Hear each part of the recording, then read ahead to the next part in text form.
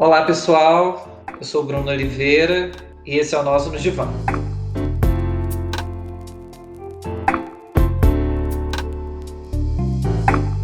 No episódio de hoje, intitulado Cultura do Cancelamento, eu convidei a Ana Luísa para bater um papo com a gente. Ela é médica pela UFJF e atualmente faz residência em psiquiatria pela Universidade Federal de Minas Gerais. Ana, muito obrigado por ter aceito o convite. Acho que é um tema que está aí muito exposto nas redes sociais, no Instagram e principalmente agora no BBB 21. Eu queria escutar um pouquinho sobre o tema do cancelamento, sobre o que você tem achado sobre essa questão, seja na sua clínica, com seus amigos, o que você tem escutado sobre esse tema atualmente. Ei, gente, boa noite, né? Boa noite, Bruno, boa noite a todos. Como você já me apresentou, meu nome é Ana Luísa e é um prazer estar aqui com vocês, principalmente para falar esse tema, cultura do cancelamento. Acho que o termo já diz muita coisa, né? Cultura do cancelamento, uma cultura em que a gente supõe um poder de fechar, de barrar, de colocar um muro entre a outra pessoa e eu.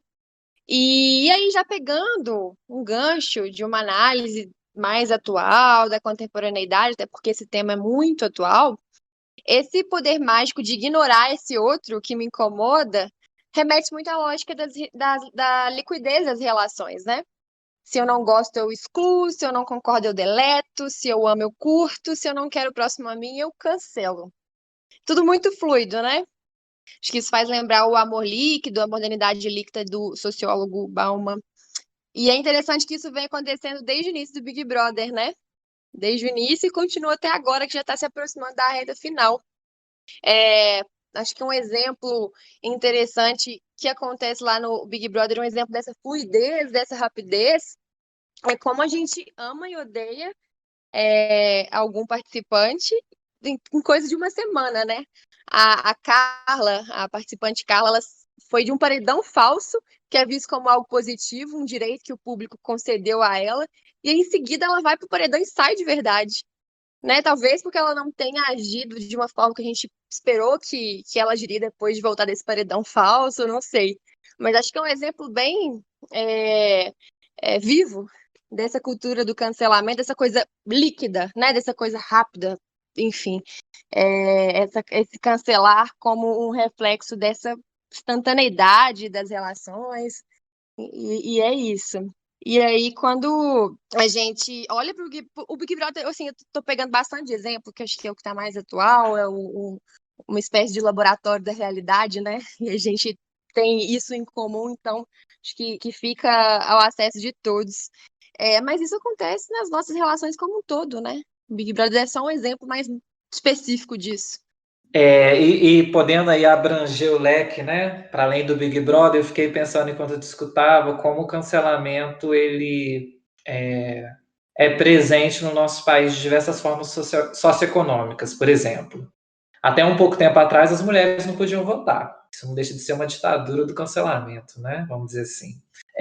Até pouco tempo atrás nem todo mundo podia pegar avião, porque também era pensado que quem andava de avião era a grande elite aí, socioeconômica do país.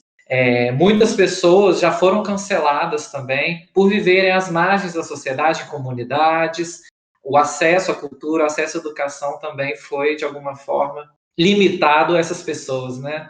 Então, é um tema que eu acho que dá para a gente abranger o leque e pensar que esse cancelamento ele pode ruir vidas e impedir com que, de fato, o sujeito possa viver também, né? Sim, sim. Essa coisa da exclusão, né? Porque cancelar remete ao excluir, né? E é interessante isso que você fala, porque lembra muito, né, a lógica do capital, a lógica neoliberal, de você justamente se diferenciar dos demais através da exclusão, né? Você tem poder de compra e isso só é significativo a partir do momento que tem gente que não tem esse poder de compra, né? Como você citou vários exemplos aí. E a gente se diverte com essa exclusão, e novamente citando o Big Brother é um exemplo dessa lógica, a gente se diverte com a exclusão do outro, e na lógica do dia a dia também, né? É, andar de avião, poder viajar era mais divertido para alguns, enquanto tinham aqueles que não podiam, quando isso era privilégio de poucos. Talvez tenha perdido um pouco a graça para algumas pessoas, né, a partir do momento que vira algo mais acessível, mas nem tanto também, né, ainda tem a exclusão. E isso é um prato cheio para o sofrimento, como você disse, né? Um prato cheio para o sofrimento psíquico, para o sofrimento mental como um todo, para o sofrimento social em geral.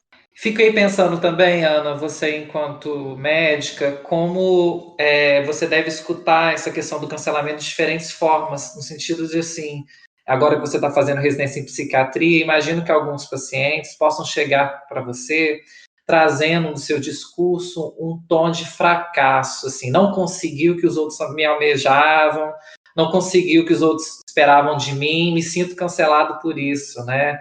Então, como que você escuta isso, assim, no seu consultório, sobre essa cultura da produtividade que o modelo neoliberal exige da gente na contemporaneidade? Olha, os reflexos são enormes na psiquiatria, assim.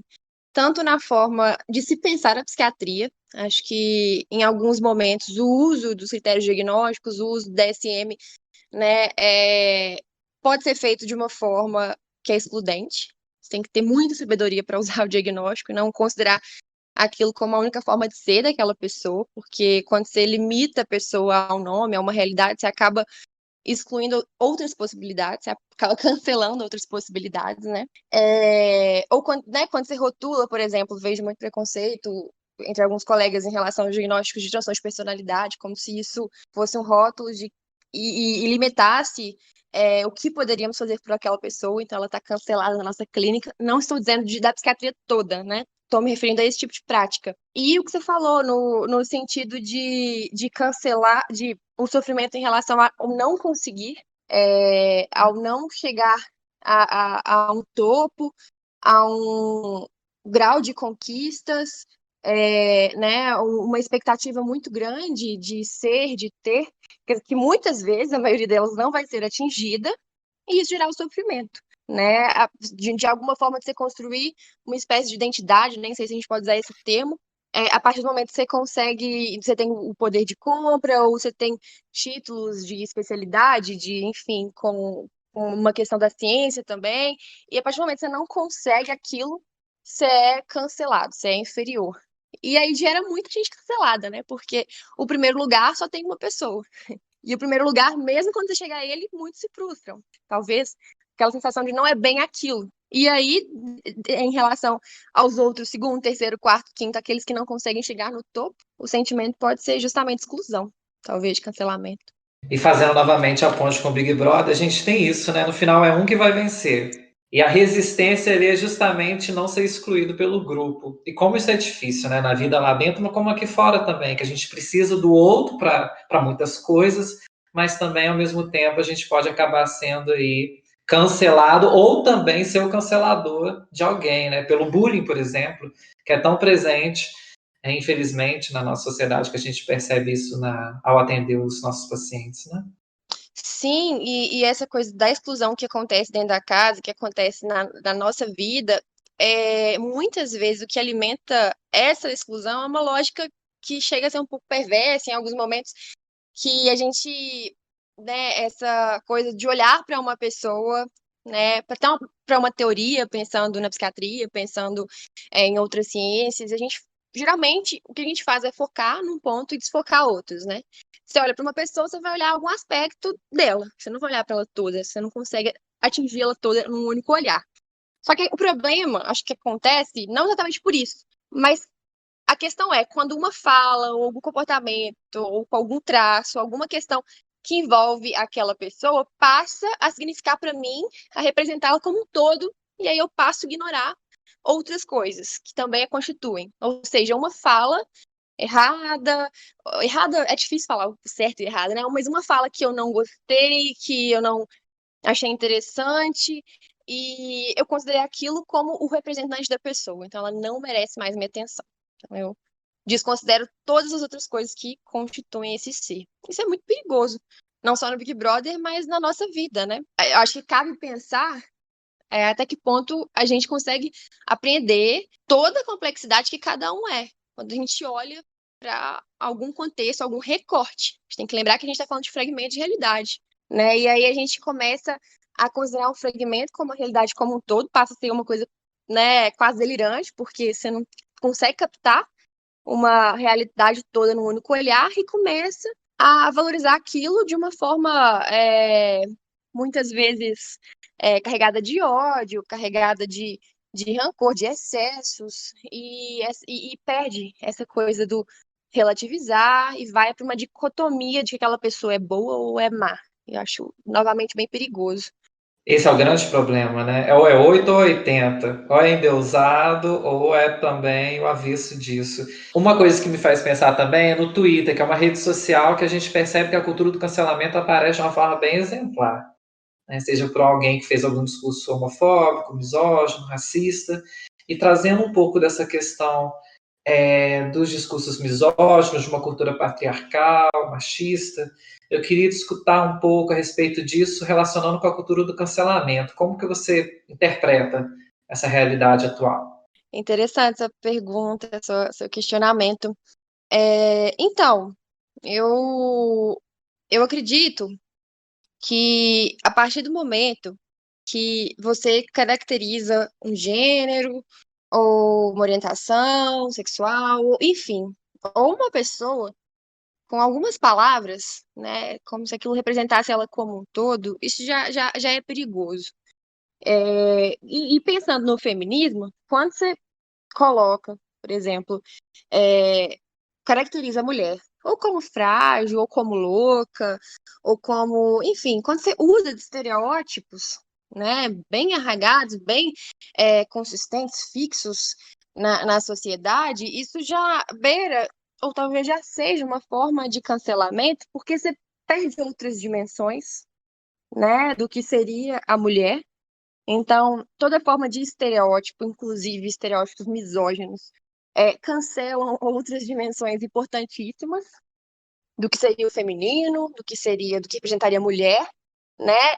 Cancelam uma diversidade de formas de ser mulher e acaba sendo perigoso, né? Porque quando você cola muito ao estereótipo, ao imaginário, a um ideal, você, como eu já disse, exclui outras possibilidades e julga como se a sua realidade, a sua forma de enxergar algo fosse a única possível, né? Aí é perigoso, porque isso é fonte de ódio, é fonte de violência, né? Porque de alguma forma, quando você se cola muito a estereótipos, a tendência é que você use esse estereótipo para justificar formas de violência, para justificar formas de opressão, né? Por exemplo, a mulher, essa questão da loucura da saúde mental que muito me interessa, ao longo do tempo houve uma construção de que a mulher seria associada à loucura, ao desequilíbrio hormonal, ao desequilíbrio químico, à fragilidade mental.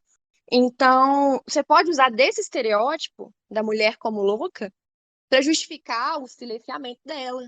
Não, o que ela está falando não vou considerar porque é louca, né? Mulher, é desequilibrada.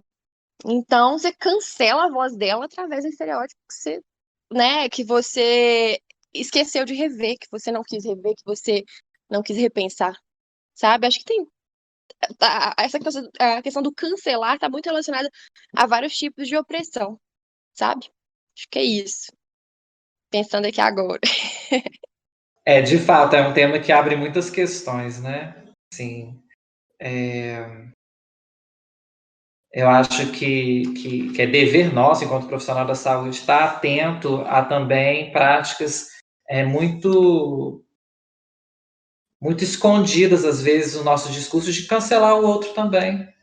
Da nossa profissão mesmo, seja psiquiatra, psicanálise, psicólogo, porque às vezes a gente pode ter uma formação tanto quanto elitista, de escutar, como você falou, um certo recorte somente do paciente, não um todo, vamos dizer assim, né? Fazer um traçado sócio-histórico da vida dele e acabar, por vezes, também cancelando, digamos assim, a potencialidade que ele pode trazer numa terapia, num atendimento médico ou psiquiátrico, né? Isso é muito importante. Eu acho assim, independente de qual área psíquica a gente está falando, inclusive pensando em áreas médicas também, das diversas profissões de saúde, ter em mente que a gente só consegue acessar um fragmento de realidade daquela pessoa e que isso não faz com que as outras partes não existam, né? Então você tem que considerar, não, eu tô olhando por esse ângulo aqui, mas existe um contexto, existem outras dimensões daquela pessoa que eu não consigo acessar. A gente divide em dimensões é uma coisa só, né? É só para facilitar o nosso olhar. Mas, assim, acessar o todo daquele indivíduo é impossível, é uma utopia. Então, por isso que quando a gente considera que há uma singularidade, que há uma coisa que só a pessoa sabe de si e outras que nem ela mesmo sabe, né? A gente já pode, acho que através disso, através desse tipo de percepção, a gente pode adotar uma postura mais de aprender, de ouvir, de apostar no que há de singular. E isso, de alguma forma, já vai ser transformador, já vai considerar, como você disse, as potências daquela pessoa, porque você não está reduzindo ela a uma coisa só que você está vendo, a um recorte só, né? E aí, acho que isso faz a gente abrir justamente o espaço da escuta, que é, para mim, é o que mais, que une todas as áreas psis, né? Ouvir, escutar com atenção. Essa questão do escutar é muito importante, porque faz com que a gente, de fato, escute de uma forma presente mesmo a diferença, que é tão difícil e desafiador para a gente, porque quando a gente escuta a diferença, a gente está saindo um pouco da nossa zona de conforto, do nosso saber, seja profissional ou pessoal. E isso, né, a política traz de uma forma muito efervescente, o BBB agora, como a gente viu, e outros reality shows também, né? Talvez esse seja o desafio de poder aí pensar onde que vai estar esse caminho que a palavra vai atravessar o outro, mas não vai o dilacerar.